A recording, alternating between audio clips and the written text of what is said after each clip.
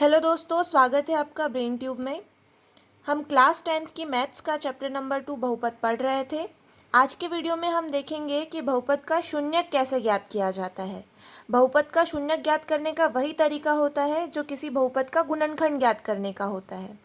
इसे आसानी से समझने के लिए हम एक द्विघात बहुपद का मानक समीकरण देख लेंगे। द्विघात बहुपद क्या होता है? जिसमें चर की घात 2 हो, अधिकतम घात कितनी हो? 2 हो। तो एक मानक समीकरण कैसे देखेंगे? ax का वर्ग धन bx धन c। तो हमें शून्यक ज्ञात करने के लिए या गुणनखंड ज्ञात करने के लिए सबसे पहले a गुणित c करना होगा। मतलब जो x के वर्ग का गुणांक है उसका गुणा किससे करना होगा? c से करना होगा। और b को हमें ऐसे दो भागों में तोड़ना होगा कि उन दोनों का गुणा करने पर जो गुणनफल प्राप्त हो वो किसके बराबर होना चाहिए? a गुणित c के बराबर होना चाहिए। मतलब कि हम b को तोड़ेंगे b1 और b2 में, और उन दोनों का गुणा करने पर यानी कि b1 गुणित b2 करने पर क्या प्राप्त होना चाहिए? a गुणित c के बराबर ही प्राप्त होना चाहिए। आइए इसे और अच्छे तरीके से समझने के लिए क्वेश्चन देखते हैं। क्या है? 6x का वर्ग ऋण 7x ऋण 3 के शून्यक ज्ञात करने हैं हमें। सबसे पहले इस समीकरण की तुलना हम अपने मानक समीकरण से करेंगे। ax का वर्ग धन bx धन c से करेंगे। तो a की जगह क्या है? यहाँ पर 6 है, b की जगह है ऋण 7 और c की जगह है ऋण 3। a गुणित c करके देखते हैं क्या होगा। 6 गुणित ऋण 3 क्या आएगा? ऋण 18। अब b को b1 और b2 में तोड़ना है। b क्या है हमारे पास में? ऋण 7। ऋण 7 को ऐसे तोड़ो कि गुणा करने पे क्या आना चाहिए? ऋण 18, और जोड़ने पे क्या आना चाहिए? ऋण 7। तो यहाँ पर अगर हम इसे ऋण 9 और 2 के रूप में तोड़ दे तो 9 दूनी 18 होगा, और एक ऋण का है तो ऋण 18 हो जाएगा।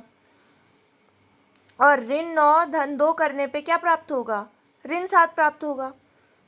इसे आगे देखते हैं। अब समीकरण में हम इसे तोड़ के लिख देंगे। क्या?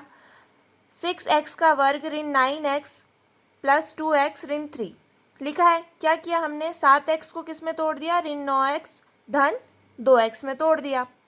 अब इसे और अच्छी तरीके से समझेंगे। 6 को मैं 3 गुणित 2 लिख सकती हूँ, और 9 को मैंने क्या लिख दिया यहाँ पे? 3 गुणित 3 लिख दिया, और यहाँ पे जैसा कि वैसे 2x ऋण 3 को उतार दिया। अब इन दोनों में क्या कॉमन दिख रहा है? पहला पद और दूसरे पद में क्या कॉमन दिख रहा है? 3x।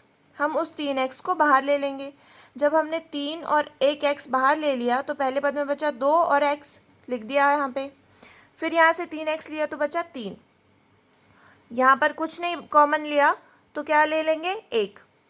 अब 2x ऋण 3 इन दोनों पदों में कॉमन है।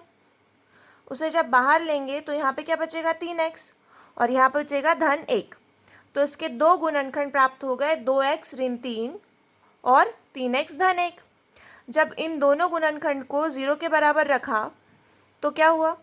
ऋण 3 इस तरफ जाएगा, दूसरे पक्ष में जाके धन 3 हो जाएगा, और x का मान क्या निकल के आएगा? 3/2, क्योंकि गुणे की कोई भी चीज़ इस तरफ जाएगी तो भाग में जाएगी।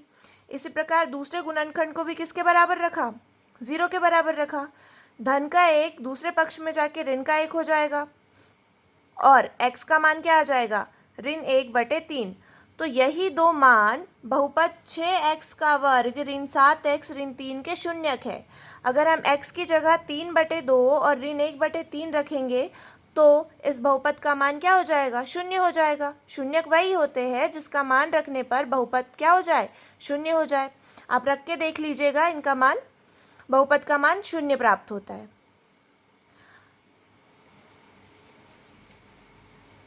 अगर आपको ये वीडियो पसंद आया है तो प्लीज़ इस वीडियो को लाइक कीजिए, शेयर कीजिए और इस चैनल को सब्सक्राइब कीजिए। Thank you.